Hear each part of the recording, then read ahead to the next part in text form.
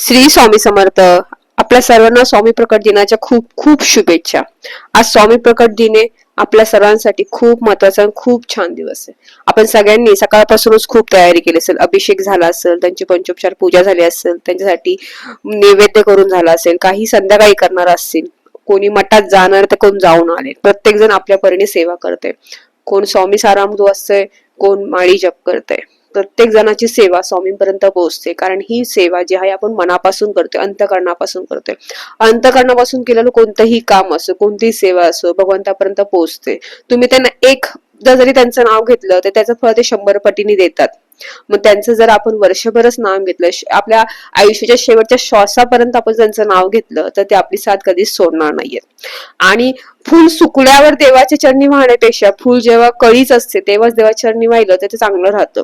म्हणजे तुम्ही म्हातारपणी नामस्मरण करता कारण तुमच्याकडे भरपूर वेळ असतो, बरोबर आहे.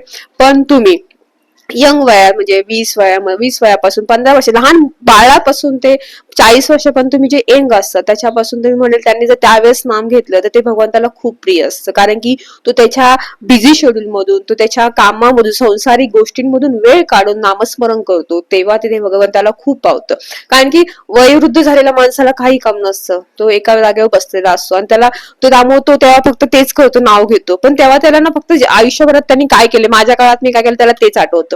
त्यामुळे देवाला जेव्हा म्हातारी माणसं नामस्मरण करतात त्यात एवढं रुची नसते. पण जेव्हा एखादा लहान मुलगा, 10 वर्षाचा मुलगा असो किंवा एखादा 40 वर्षाचा माणूस असेल, तो जेव्हा नामस्मरण करतो देवाला तेव्हा खूप आवडतं. त्यामुळं नामस्मरण नक्की करा. आणि आपल्या आसपासची जी लोक असतील, कोणी संकट असेल, कोणाला मार्ग भेटत नसेल, त्यांना स्वामींच्या चरणी न्या.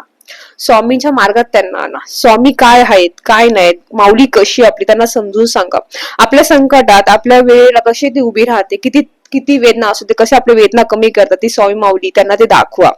स्वामींच्या चरणी आले म्हणजे वेदना कमी झाले, तुमची संकट संपली असं नाही होत. स्वामी परीक्षाही घेतात की जेव्हा मी तुला त्रास देतो तो किती, म्हणजे तुझी परीक्षा घेतो तू किती टिकतो माझ्याजवळ. कारण टिकणं पण महत्वाचं आहे ना. जेव्हा सोन्याला तुम्ही जाळता तेव्हा जळतं तेव्हा ते प्युअर सोनं तयार होतं. तसंच माणसाची जेव्हा परीक्षा घेतली जाते तेव्हा तो उत्तम मनुष्य घडतो आणि त्यातून सोनं तयार होतं. तसंच माणसाची परीक्षा होते. त्यामुळे परीक्षेमध्ये किती अडचणी आल्या, स्वामींचं नामस्मरण सोडू नका. उलट ते अति वाढवा, संकटात तर वाढवा, सुखात तर डबल करा म्हणेल मी.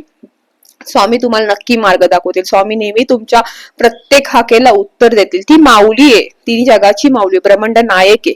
ती कधीच आपल्याला निराश करणार, नेहमी आपल्या सोबत राहणार, हे लक्षात ठेवा. स्वामींसारखी माऊली भेटणं म्हणजे नशीबवान, भाग्यवान आहोत आपण, हे लक्षात ठेवा. श्री स्वामी समर्थ. श्री गुरुदेव दत्त.